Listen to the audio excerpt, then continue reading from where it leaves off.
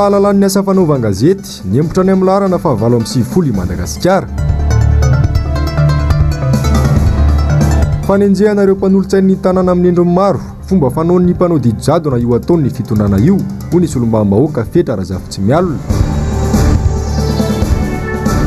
Fampiasam-bola tamin'ny Covid-19 mamofona kolikoly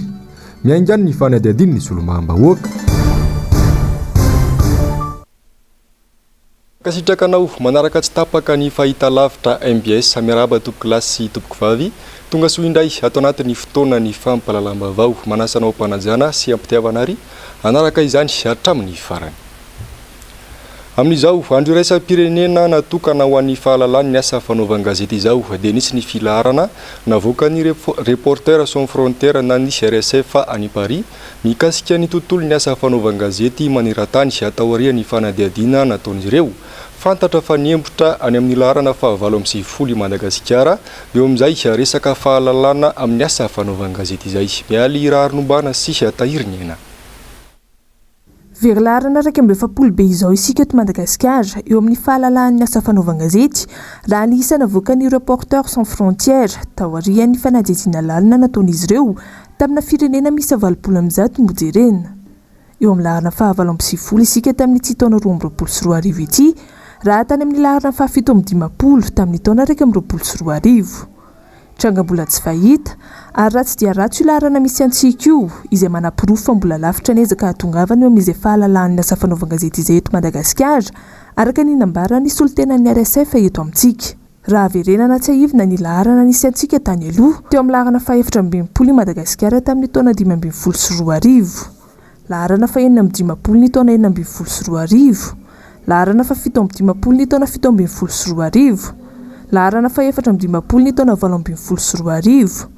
Nijanona teo amin'ny laharana faha-efatra amby 10 ihany isika ny taona 2024 sy ny taona 2024. Niverina teo amin'ny laharana faha-fito amby 10 ny taona 2024 ary izao lasa any amin'ny laharana fahavalo amby sivifolo izao tamin'ity taona 2024 ity. Olona maro eran-tany sy eto Madagasikara no hanaovana fanadihadiana, tsy sondage fa fanadihadiana mihitsy étude.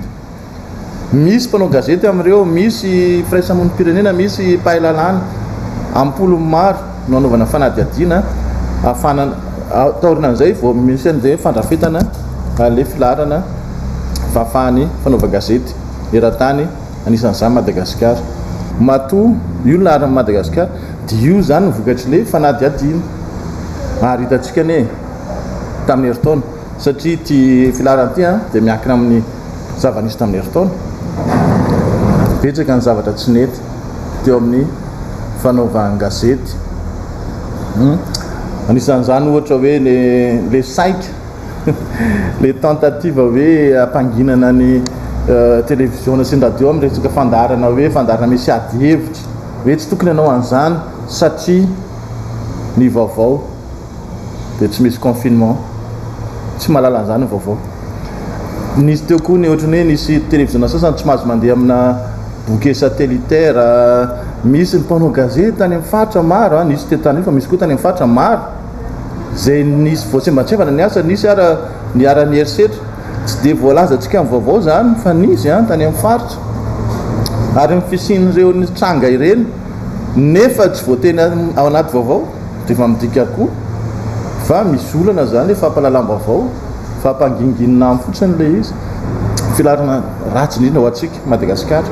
Niembotra kely izy tamin'ny heritaona fito amby 10 fa zao tena niembotra be mihitsy. Tsy tokony fanometsiny na hifanilika andraikitra fa tokony handray lesony Madagasikara ahafana manarina ny lesoka araka ny nambarany ity solitenan'ny RSF eto Madagasikara ity hatrany. Angamba lesona azo soahana amin'ity any tsy hoe andeha tabataba hoe tsy marina io, tsy rarina io, lainga io, tsy zany tokony atao fa maka lesona tsika hoe inona ny tsy mety, inona ny lesoko, inona atao hanarenana an'io filaharana io, tsy ny fifehezanao an'io na fandrarana no ampangina ny fivezivezen'ny vaovao. Anisan'ireo nanamarika ity andro iraisam-pirenena natokana ho an'ny fahalalan'ny asa fanaovan-gazety ity anko ny teo anivon'ny Transparency International sy ny tambazotra malina mbola olana iraisan'ireo mpanao gazety eto Madagasikara ny fahazahoam-baovao. Mialy raharinombana sy atahiriny eny hatrany.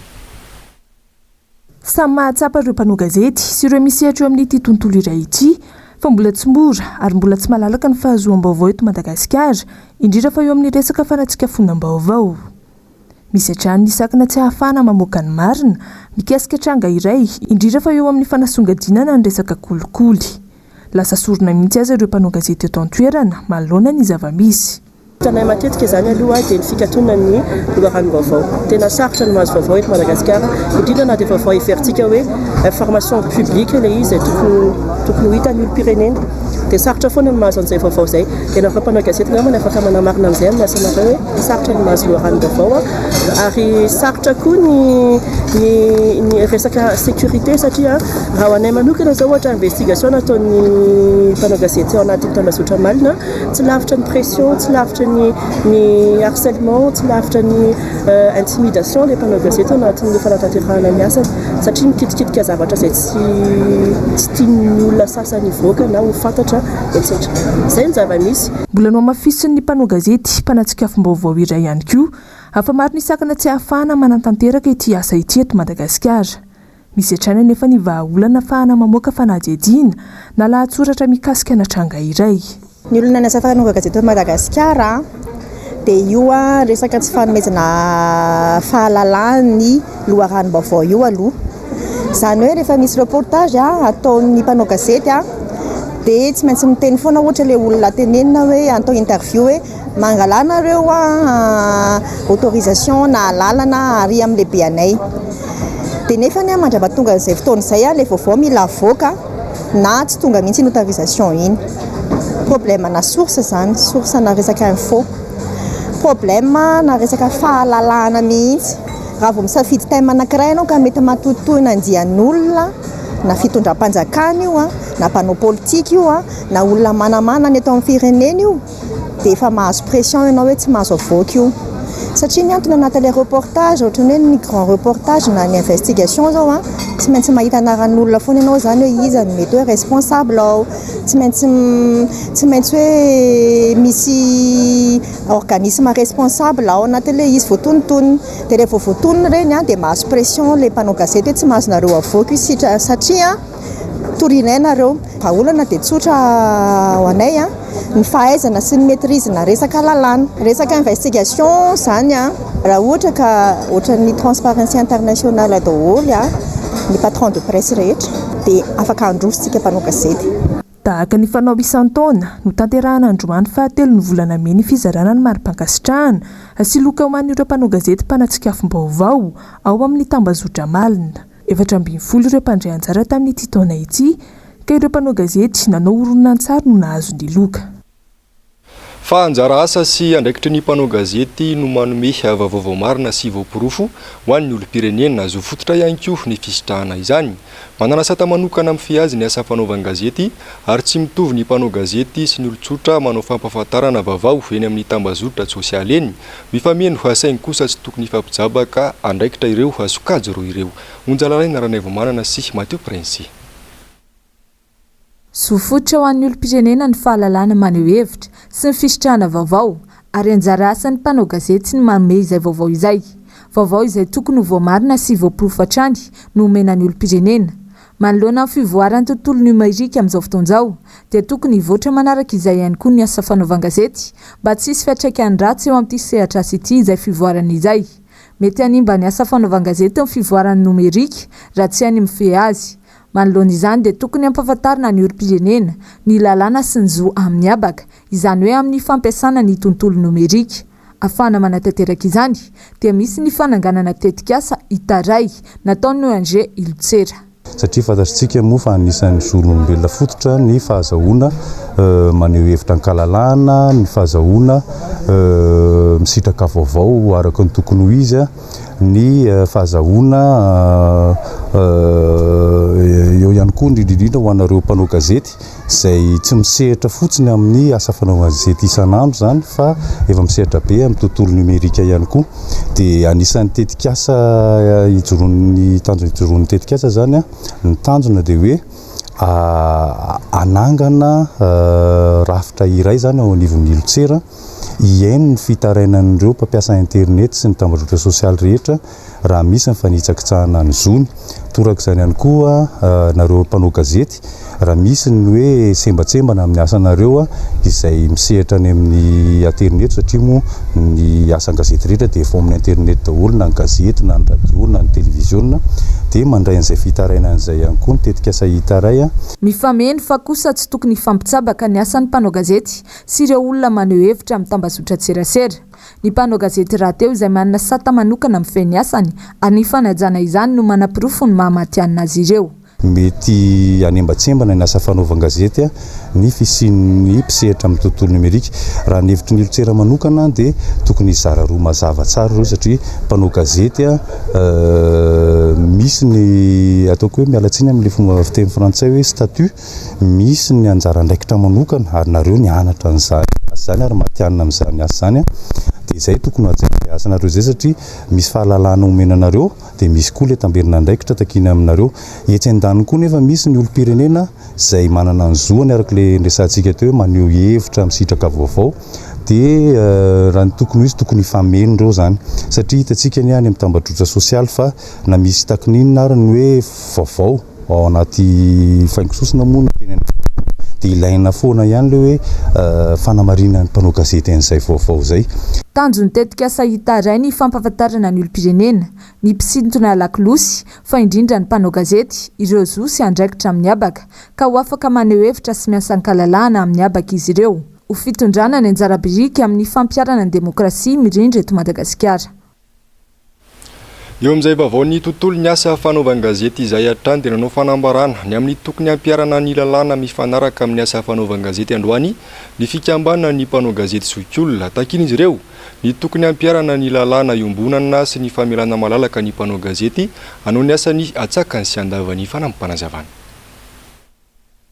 Takiny sy dia zany ny hampiarana tanteraka atsakany sy andavany ny fanajana sy fankatsaovana lalàna manan-kireto Madagasikara dia lalàna feny fanaovan-gazety dia ny roapolo sy roa arivo ary ny ohatraohatra enina tamin'ny voalohany volana septambra roapolo sy roa arivo. Momba ny serasera amin'ny aina vakiady ka atao teny lalàna ifampifehezana fa sy lalàna ifehezana. Toroka izany ihany koa ny samy mpanao gazety tsy akanabaka amin'ny famatsiana vaovao ofisialy sy marim-pototra mba fanajana sy mampahafantatra ny amin'izay tokony atao fampiarana ny andininy fa 520 ao amin'ny lalàna roapolo sy roa arivo ohatraohatra enina amin'ny samy mpanao gazety ny tombontsoa rehetra eto amin'ny fantanterana ny asany. Ianareo mpanao gazety rahalahy sy anabavy, zandry sy rofo mandrimy eo am-perinasa na mbola eo am-perinasa dia manao zao antso zao zoko be nareo mba azaonareo anaja sy anandro hitanjo hatrany ny asy ny mpanao gazety ary tsy hitsahatra hianatra hikaroka hatrany ny metimety sy ny tsara koa, satria zay adala ny tao andrainy. Engany mbo maro anisa ny mpanao gazety ara-potikevitra journaliste d'opinion. Fa mafy ary matetika amoizanaina mihitsy ny asa fanaovan-gazety indrindra any amin'ireo tany miady. Isany ahitana tahapahafatesana betsaka indrindra akoatra ny any amin'ireo tany arabo ny any Meksika. Avitra Rasolondraibe Andry Rakotomalala no nanao ny fanadihadiana. Natsangany firenena mikambana tamin'ny taona 3,770 ny andron'ny fahalalan'ny asa fanaovan-gazety izay ankalazaina maneran-tany.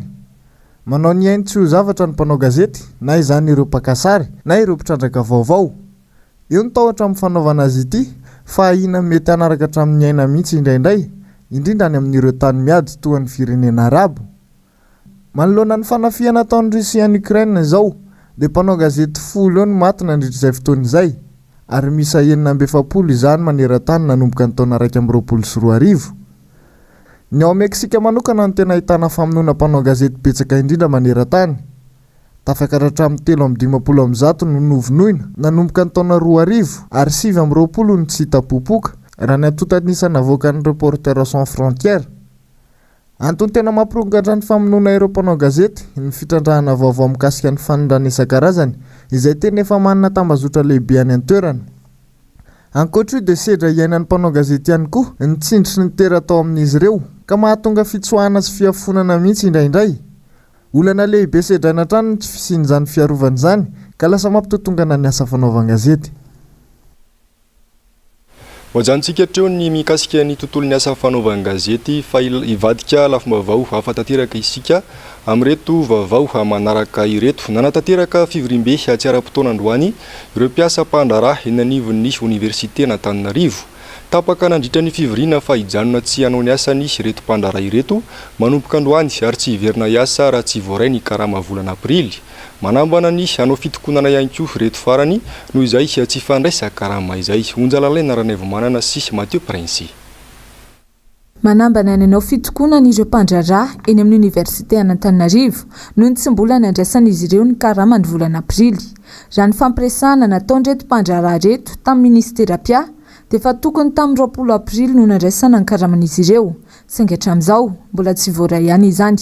Takin'ireto mpandraharaha ireto araka izany ny hanajan'ny ministera ny fifanarahana nataon'izy ireo makasika ny fandoavana ny karamany. Matetika dia efa lasa zary fahazarana ho an'ireto mpandraharaha PAT ireto ny manao fitokonana fitakiana ny karamany raha nambaran'izy ireo. Mijanona avokoa aloha manomboka androany ny asan'ny PAT eny anivon'ny université ka tsy toy izany raha tsy voaray ny karama. Ireo asa tsy maintsy atao ihany sisa no ataon'izy ireo raha ny fanambarana hatrany. Satria andro ny firenena antoko ny hoavin'ny firenena ny mpianatra ety anivon'ny université. Ireo nitondra ny firenena aoriana tsy tokony atao kilalao salama. Zao misy fiatraikany amin'ny mpianatra io. Rehefa tsy mandray karama ny mpandraharaha rehefa tsy mandray karama ny mpandraharaha dia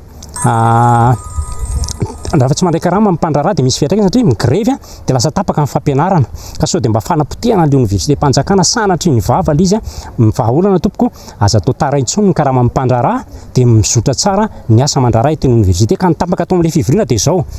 natsahatra zany ny asa fandraharahana androany nanomboka androany akoatra n'ireo zatra exception zay tsy maintsy mandeha ka mandra-pahatonga ny karama aloha zany dia nanao préavis de grève zahay androany sady anao tatitra ny amin'ireo lehibe ana isa-tsokajiny dia efa alefa sady zany préavis de grève ka mandra-pahatonga ny volany ampelantanana zany sy vahaolana maharitra ho azonay dia mitsahatra zany ny asa fandraharahana akoatra ny zavatra tsy maintsy tokony mandeha. Ireo asa mifandraika amin'ny fanadinana eny amin'ny université sy ny fanadinana baccalauréat sisa no ataon'ireto mpandraharaha ireto. Nanamafy moa izy ireo fa tsy hiverina hiasa mihitsy raha tsy voaray ny karama. Mandeha zany zao amin'izay hoe exception zay ohatra hoe fikarakarana makasika amin'ny baka angamba ohatra zay tena hoe tsy azo ajanona. Ohatra koa hoe ny examen zay tsy maintsy mandeha hatramin'ny 7 maraina afaka mandeha zany ireo fa ny ankoatran'izay zany aloha dia mitsahatra na roviana zany aloha azahoana ny karama ety ampelantananay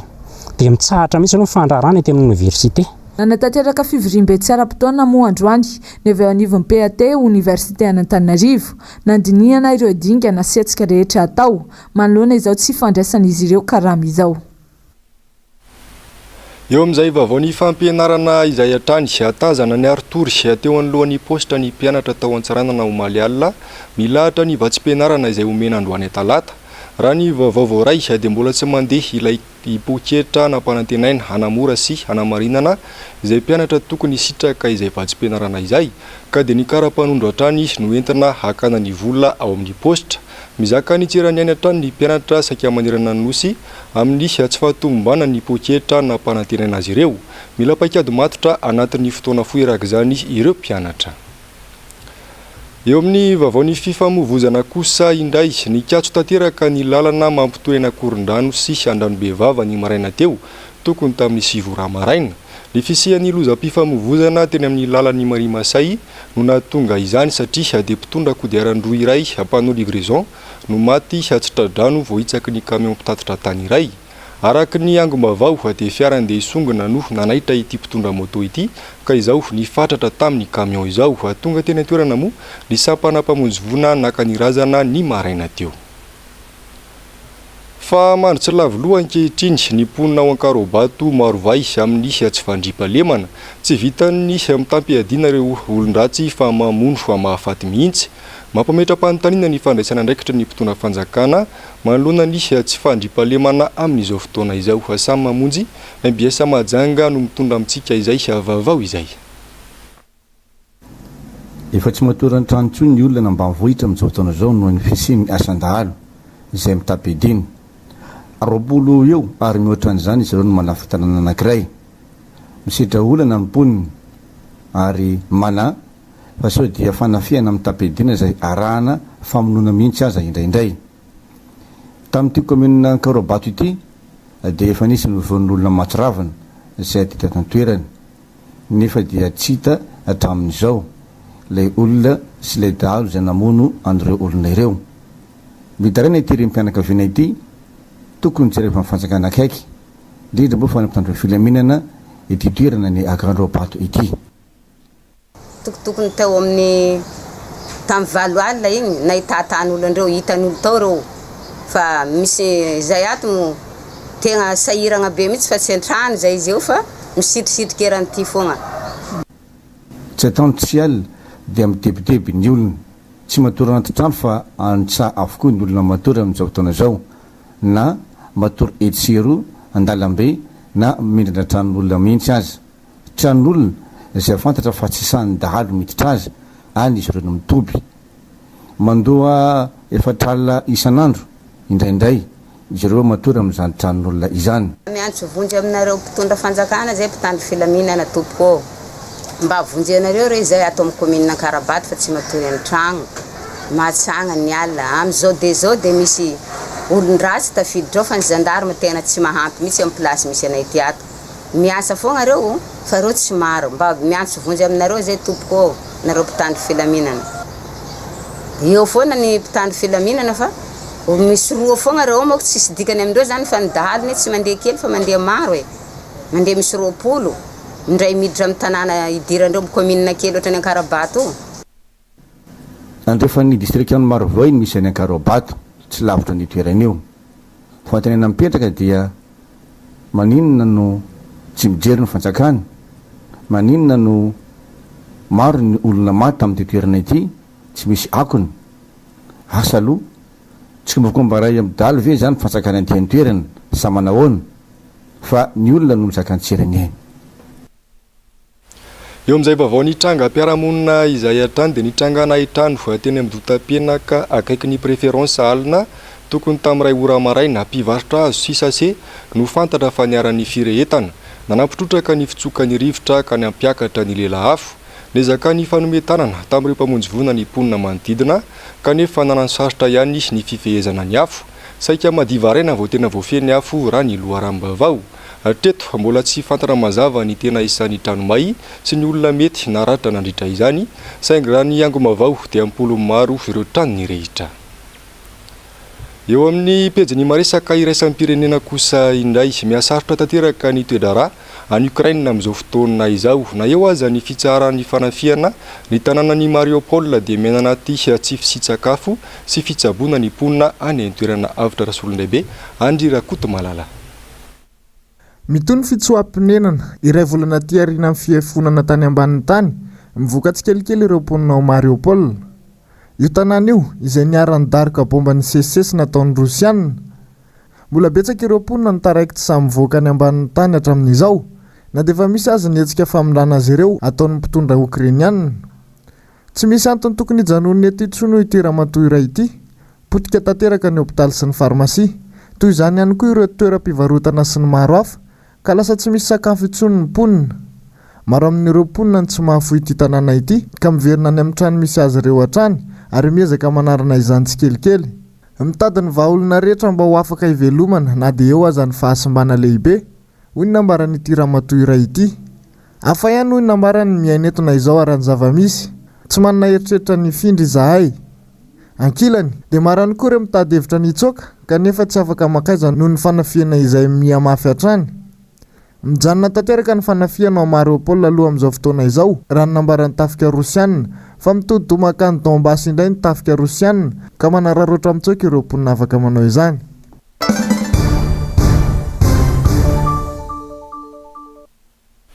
Eo amin'ny vaovao ny politika kosa indray ary dia niakatra fitsarana androany maraina ny mpanolotsain'ny tanàna Clémence Rarnirina. Androany tokoa ny daty hitsarana azy rehefa avy nosamborina tetsy Akorondrano rehefa nitaky ny fialan'ny ben'ny tanàna no ireo raramamofona kolikoly mahavoasaringotra ny tifarany Asina Andriamalala Toky Ramarola. Naemtra amin'ny 420 Mey avy zao indray ny fitsarana amin'ny ramatoa Clémence Rarnirina satria tsy tonga nanatrika ny fotoam-pitsarana ny Pitory. Ratsaivina dia ilay raharaha mifandraika tamin'ny fisamborana azy tetsy amin'ny Henri Fraise raha nitaky ny fialan'ny ngaben'ny tanàna izy sy ny mponina Antananarivo niaraka tamin'ireo fikambanana maro. Ilay raharaha SMGD sy ilay raharaha findramam-bola 2.0 miliara ariary tao amin'ny KNAPS izay nahavoasaringotra any ngaben'ny tanàna no maton'izay hetsika tamin'ny 9 aprily izay. Tsadona ataon'ny mpanohitra ireny tranga ireny, tsy fanajana demokrasia ary endriky ny fandikana ny lalam-panorenana. Tranga izay nomelohan'ny filoha Marc Ravalomanana ny sabotsy lasa teo tamin'ity farany tany Ambatondrazaka. Tsisy ny fanajana ny demokrasia, tsy misy fanajana ny lalàna, lalam-panorenana. Lozangireo olona ndretirety ny lobi antitra indray nangalarandrolahy loza dia izy mangalatra indray ny avavy hoe nareo manao tsao hoe iny nge pare mba tsy rariny iny. Efa nomelohan'ny filoha Marc Ravalomanana sy ny TIM ary ny RMDM tao anatin'ny tambajotra tserasera Facebook io fanampianam-bava sy jadona ataon'ny mpitondra fanjakana io. Androany tamin'ny fotoam-pitsarana andramatoa Clémence Rarnirina dia mbola namoaka fanambarana indray ny mpanohitra izay tonga nanotrina an'ity mpanolotsaina an-tanana ity. Ny fanaovana raha-matahora sy fanampianam-bava ny ramatoa Clémence Rarnirina izao dia mety hiteraka korotana ary tsy tompona ndraikitra amin'izany ny avaty amin'ny fanoherana fa ianareo mpitondra sy ireo mpitsara izay tsy manaja ny fahamarinana no raisinay ho tompona ndraikitra amin'izany raha sanatry ka misy ny korotana ateraka izany. Ary farany dia toerinay amin'ny endriny rehetra ny fanenjehana ara-politika sy ny fanaovana fanapara-pahefana hita izany amin'izao ny fitongolanan'ny mpitandro ny filaminana sy ny fitsarana ka ny mpanohatra foana no enjehana fa ny kolikoly sy ny fanodikodiana-mbola izay fototra izao fanenjehana izao satria niainga tamin'izany ny fanehoan-kevitra nataon'ireo mpanolotsaina ny tanàna mahatsiaro manana didy eo alohany izany fanodikodiana zavatra tsy mazava teo anivon'ny commune urbaine Antananarivo izany ka dia raha nisy koa ny zavatra izay tsy nanaovana famitorana akory tany anivo mpitandro filaminana nefa hanenjehana izany dia tsy hanaiky an'izany izahay avy aty anivon'ny solombavam-bahoaka olom-boafidy na mpanolotsaina ny tanàna io na solombavam-bahoaka na ny tiako Madagasikara amin'ny ankapobeny satria tsy misy firenena tandalana raha izay no zava-misy. Tsy voandroany ny mpanohitra no laza fa fanjakana jadona no misy eto Madagasikara ary tsy mahazaka demokrasia ny mpitondra. Andrasana araka izany ny toy ny raharaha Clémence Rarnirina amin'ny 4 Mey ho avy izao. Fa ny sokatra androany ny fivoriana ra-potoana voalohany ny antenimera rotota eto Madagasikara. Voatotra androany ihany koa ny taratasy fampahafantarana ny fisian'ny enquête parlementaire momba ny fandanim-bola tamin'ny Covid-19 teto Madagasikara. Asina Andriamalala Toky Ramarola hatrany. Tsy nisy izay tsy vakivava tamin'ny fampiasam-bola hafahafa tamin'ireny famatsim-bola azon'i Madagasikara entina miatrika ny Covid-19 ireny. Ny mpanohitra dia nitaky ny mangarahara momba n'izay fampiasam-bola izay saingy dia tsy nomena. Fotoana fohy taoriana izay nipoaka ny raharaha écran plat izay nahavoasaringotra ny ministry ny atany sy ny vadiny izay noheverin'ny maro fa mihoatra ny fefy sy ny tangana izay tsy izy ny vidin'ireo écran plat no vidiana ny adiana tamin'ireny Covid-19 ireny. Na velim-panontaniana ihany koa ny momba n'ireny fiara tsy mataho-dalana maro nameny ny tanàna ireny izay nolazaina ihany koa fanentana ny adiana tamin'ny Covid-19. Ankoatra izay rehetra izay dia niarana hita ny savorovoro isam-pokotany tamin'ireny fizarana fanampiana tsy nandeha tamin'izay lohan'ny ireny tamin'ireny karazana tosika avy amin'ny fanjakana ireny satria zarara nisy izany fanampiana avy amin'ny fanjakana izany. Raha mamofopofona kolikoly avokoa no niteraka ireny skandala maro ireny ka misy amin'ireo solombavam-bahoaka tsy miakina no anokatra fanentadiana momba ny fampiasam-bola tamin'ny Covid-19 io. Mangataka mametraka ny commission d'enquête mba hahafahanay manara-maso ny vola nameny ny communauté internationale amin'io iadivana amin'ny covid-19 io manahy zany zay hoe aiza nanaovana ny vola io so de nampiasaina tamin'ny catastrophe so de nampiasaina tamin'ny zavatra hafa zay ny asitra ny solombavamboaka zay no mahatonga anay nametraka an'io commission d'enquête io eto amin'ny assemblée nationale amin'izao fidirana voalohan'izao nametraka ihany koa zay satria mbola tsy nahazonay ny fanatanterahana zany commission d'enquête faharoa ihany koa momba ny fampiasana ny carburant zany hoe misy androm-panjakana zay misy eto amin'ny tany tsy mifanjakana dia mampiasa ny carburant izay atao lela vola mihitsy satria ialana amin'le procédure arahany eto amin'ny tany tsy mifanjakana zany dia any amin'ny carburant nanaovana an'le vola nametraka commission d'enquête koa zay momba an'izany rehetrarehetra zany tsy mitovy amin'ny fanadihadiana nataon'ny cour des comptes ny fanadihadiana ataon'ny solombavambahoaka na ny enquête parlementaire raha ny fanazavana trany afa amin'ny fanadihadiana ataon'ny cour des comptes satria ankapobeny iny ny anay tena any amin'ny détail mihitsy hoe nakaizy ty vola ty iza ny nampiasa an'ity vola ty iza ny bénéficiaire an'ity vola nampiasainy tamin'ny covid-19 ty satria misy bénéficiaire zany tetra zany horaisinay ny cour des comptes horaisinay zany fanapakevitra napetrako ny cour des comptes zany fa anjaranay kosa mampatsiahy ary mampiresaka hiteny avoaka zao no nanaovana ny vola raha ohatra ara-dalàna arabasoa arabatsara satria zany no mahasolombavambahoaka anay raha tsaivina ny cour des comptes dia efa nilaza fa tsy nandeha amin'izay loany ny fampiasana ireo vola azo ny fanjakana malagasy nentina ny atrehana ny covid-19 teto Madagasikara ireny andrasana kosa ny fanadihadiana ataon'ireo solombavambahoaka momba izany taoriany ny fanokafana ny fivorian'ny solombavambahoaka moa no nilazan'ireo solombavambahoaka tsy miankina ny fisianyity enquête parlementaire ity Fahamaranantsika ny fampahalalam-baovao tahaka ny mahazatra dia noresahina nandritra ny fandarana miara-manonja androany ny tokony atao rehetra mialohan'ny fifidianana izay efa atomotra mba hisorohana ny mety ho fangalaram-bato fa teo ihany koa ny resaka mahakasika ny fampiakarana karama izay noraisiny fanjakana Ravirazafimahinina sy Manofo Randriamalala. Nilazany mahazava-dehibe nireo fontony lisy mpifidianana ny mpanao politika iray tsy ekena ny firosoana amin'ny fifidianana hoy izy raha tsy manao nireo fonty mihitsy aloha isika antony mba hialana amin'ny mety sy ny nosika sy ny fangalaram-bato indray toy ny tamin'ny taona 2024 alohan'ny firosoana mafafantarako azy zany io alohan'ny firosoana fipitsipitsony fikarakarana pitsipitsony resaka tena fidirana lalina amin'ny fifidianana dia tokony tsy mandeha aloha ireo fonty lisy mpifidianana io sy inona ny antony io zany nahitana hoe iza ny olona olombelona ataoko olombelona fisika matsy atao tsony hoe fisika olombelona velona io lisy mpifidianana io dia tsy azo atao foana io fa tsy maintsy vita milamina tsara dia eto ako manamafy ny tenen'ny manajaman'ny colonel député Rambosalama manamafy ny teny zay rehetra fa teto hoe mila mailontsika manaraka ny lisy mpifidianana zara ny tena na ny olombelona any anatin'ny fokotany any ary dia mila jerevantsika hoe iza ny voatonga maly iza ny tonga rapitso iza ny tonga maninona le olona satria reny fifindramona any amin'ny fokotany reny dia misy lalàna misy mifehany reny dia eo le mety matao hoe mety izy tsy mbola mamono ny anarana any amin'ny fokotany zay ny alany dia misoratra sady izy atao anatin'ny fokotaniny dia eo tsika mahita hoe atry ty olona teto mbola ao anatin'ny fokotany ahoana moa ny fokotany ao amiko hoe dia tsy fantatra hoe rakoto maty tamin'izao efa maty na mbola velona dia gaga mijeren'le lisy mpifidianana ao anatin'le bokyny lisy mpifidianana dre matoa zany mbola ao le olona ny anarany tika zany mbola considéré zany izy velona nanaovany zareo anazy dia anaovany iny zay efipetsy sevidatsy rehetrarehetra any